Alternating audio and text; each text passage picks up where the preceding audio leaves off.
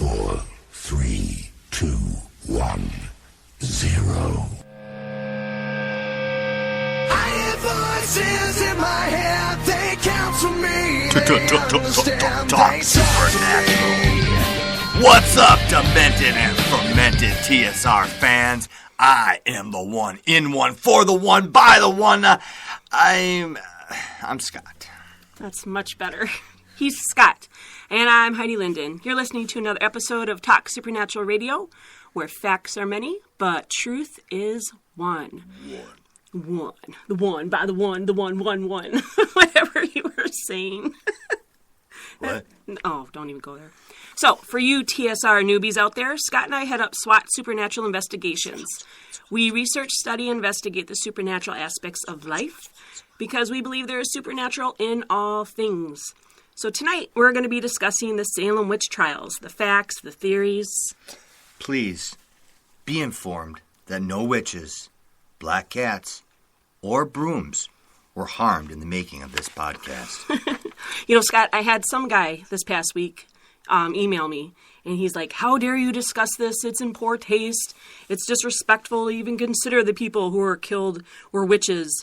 And I'm thinking, well, first of all, this is the Salem witch trials. It's a piece of history. And yeah, we're talking about it. We're not accusing or pointing any fingers. We're telling you what is known. Right. And I'm thinking, well, none of us really know what happened. Let's mention the guy is also an atheist. He's something, yeah. Yeah, and he doesn't want... I don't know We're what his thing was. We're not liked by atheists, I've noticed. I don't know why. A lot of hate mail comes from them. Most atheists just have a lack of knowledge. Yeah. You know, and all we're doing is try to give everybody some knowledge, because we do have some knowledge, especially me. Oh, Lord. Well, I'm thinking to him, too. I'm like, you know, we weren't there. He wasn't there. So no one really knows. You know, I was there. No, you weren't I'm there. really old. No. Well. What? But that's the whole part of the history mystery is, you know, what's up with all the mass hysteria and killing. History mystery. Yeah. Yeah. That's nice. Some people just gotta chillax. Chillax. Wow. Okay, so when anybody's doing research on anything, whether it be the Salem witch trials or anything, like everything on the internet, there are lots of inconsistencies. So make sure you research, you go back as far as you can, go to the oldest source documents, look for legal documents, town records. You got to read everything, not just a post by I'm a paranormal hottie one. You know, you can't go by that. You have to go by... I thought that was my email thing. I'm a paranormal hottie one. Yeah. No. No? Oh. No. Oh, that's somebody else. I get it. We're going to play a little clip for you guys.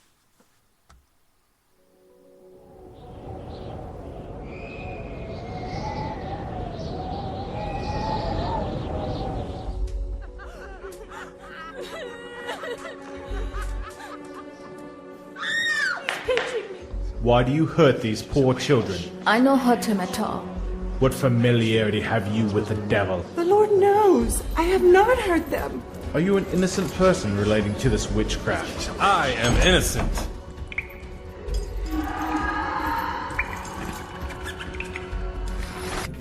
Witchcraft, of course, goes back to Exodus. There's a sentence, don't let a witch live. And then in late medieval Europe, it was revived really as a major issue. It was an issue in ancient Israel as well, which is why it's in the Old Testament. So the colonists were being perfectly ordinary, doing the ordinary, usual thing when they had their inquiries about who was a witch and who was not. So the social base is that in villages, towns, these are very small communities in early New England, people insult each other, and you insult them by calling that person a witch. There are records of what were called the examinations, which were the pre-trial hearings, which are very full. I mean, it's wonderful that we have all those records. The questions that are being asked by the magistrate and the answers that the witch suspects were giving, and they actually make very dramatic reading. The magistrate is pressing Sarah Good. He's saying over and over again, do you not afflict these children? You see how they are afflicted. Have you not seen the devil? Have you not made a pact with the devil? And she kept saying, no, no. Then he said, how come these children are afflicted? And she says, there are others you brought here, too. Others are doing it. And you could just tell. I mean, she's grasping at straws. I mean, he will not believe her. So she tries to cast the blame on somebody else. But then she did herself no good by that, because the assumption would be if she knew who was afflicting the children, she must be a witch too. To most of us, the least understandable aspect of it is that 50 or so people said in court that they were witches. Now, there's one other legal aspect of this. None of the confessing witches were executed. To prove to the court that you actually were a confessing witch is that you're asked to name others. Spectral evidence came up in the sense that a woman or a man would testify to being tormented by someone whom no one else could see, and people could change form, or the devil could insert himself in people and make them do bizarre things, but not legally a significant role until Salem. They may have been genuinely hysterical before. They may have genuinely thought they were being bewitched before. But when it came to the examinations and trials, they were putting on a show that they knew they had to put on, because otherwise they might start being accused of being witches themselves.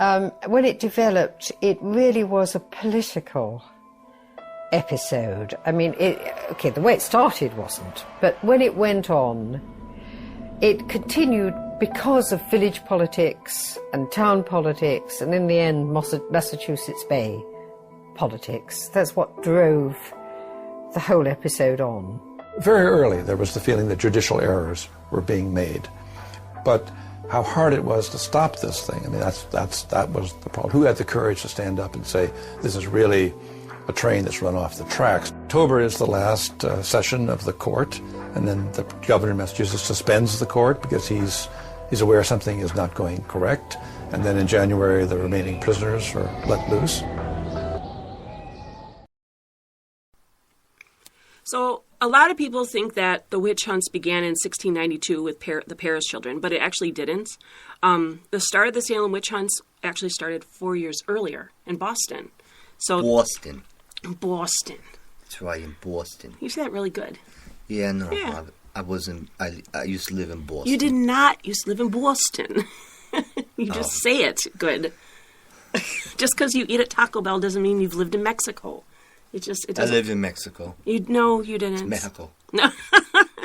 Anyways, so 4 of the children of John Goodwin became oddly ill. His 13-year-old, Martha Goodwin, said that it started right after she got into this argument with a slave girl for stealing some linens. Well, she was stealing sheets. What do you expect? Yeah. Which, really? Yeah.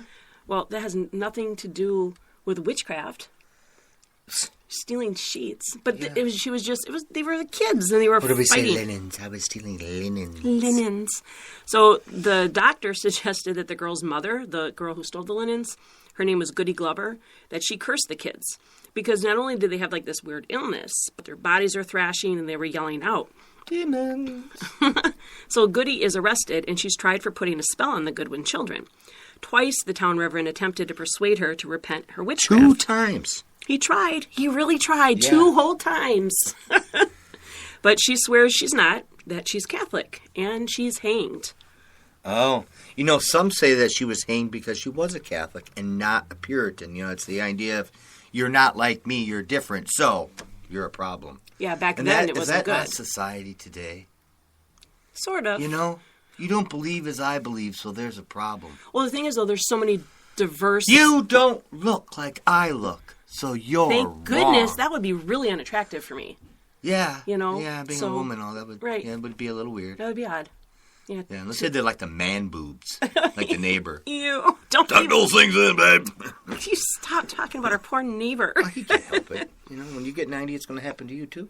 Anyways, dear, Why are you calling me an animal? because you are. Oh. Well, before all this reverend, he started this whole thing that the Puritan sacraments couldn't be given to the families who are not full members of the Puritan faith. Full-blooded members of A the lot of people Puritan think that faith. he was quick to have her killed because she would not renounce her Catholicism.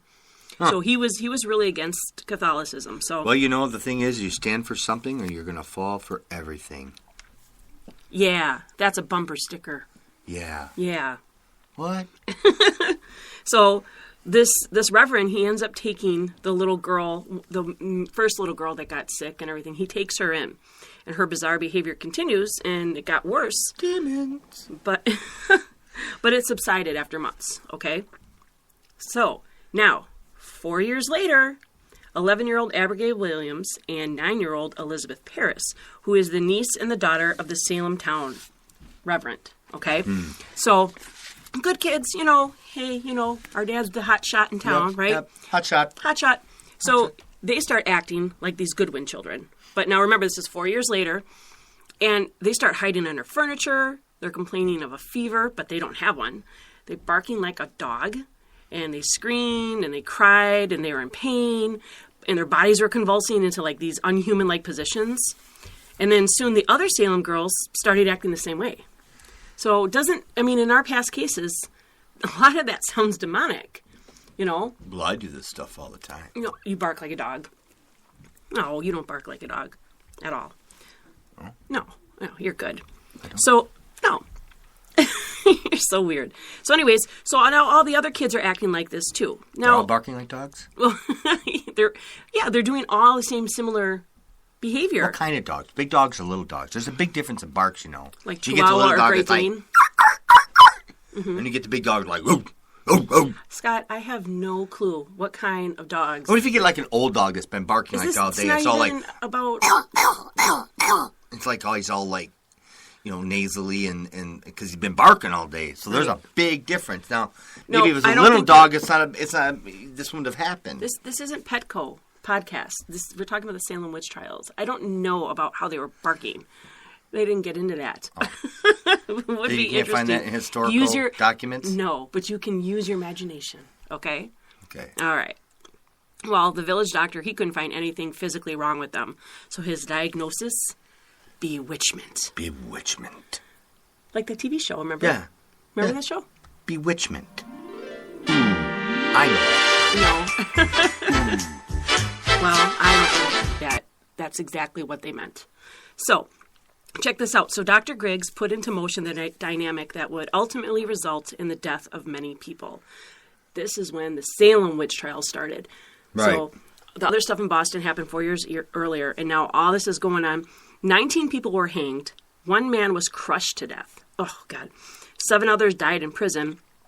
And even, here's your favorite, 2 dogs. What? Yeah, 2 dogs. I know. Oh, come on. They were given the death penalty because they were believed to be working with the local witches. They should have asked them. There's probably a Puritan dog that could have done some sort of translation. Yeah? Do you think they could have converted a Great Dane or something? Yeah, I think so. I mean, Well, then they also decided... A little Sparky all sitting there being condemned. I know, it's sad.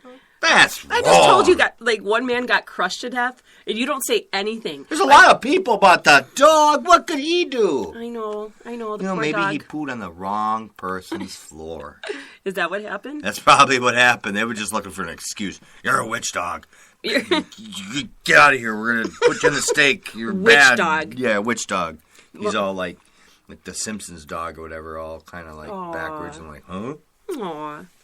Well, anyway, so they also sent their constables to Maine to arrest the Salem's former minister, accusing him of being a wizard. Yeah. And then a 4-year-old, she was accused of being a witch. I wonder... A 4-year-old. You take a story like this, a 4-year-old was accused of being a witch. You wonder, there's always stuff we don't know. Right. Is this a get back at the parents or some other family member? Sure. Because they're not, listening to something has nothing to do with witchcraft at all, and they're just going to use it as a crutch or an excuse to say, you know what, if you're not going to comply, well, your daughter, your son, or whatever, they're a witch, and what are you going to do about it? We're in charge, and we got the power and control, and this is what's going to happen. And everybody always around the world abuses power and authority. Yeah, well, that's one of the theories, There could be a certain amount of that involved, and I'm sure some of it was more legit. Yeah. But, you don't know. Well, one little thing, starts this huge thing that just got out of control is what happened. So this little girl, she was pressured to say who or what was causing her odd behavior. I'm sure they were just all on her.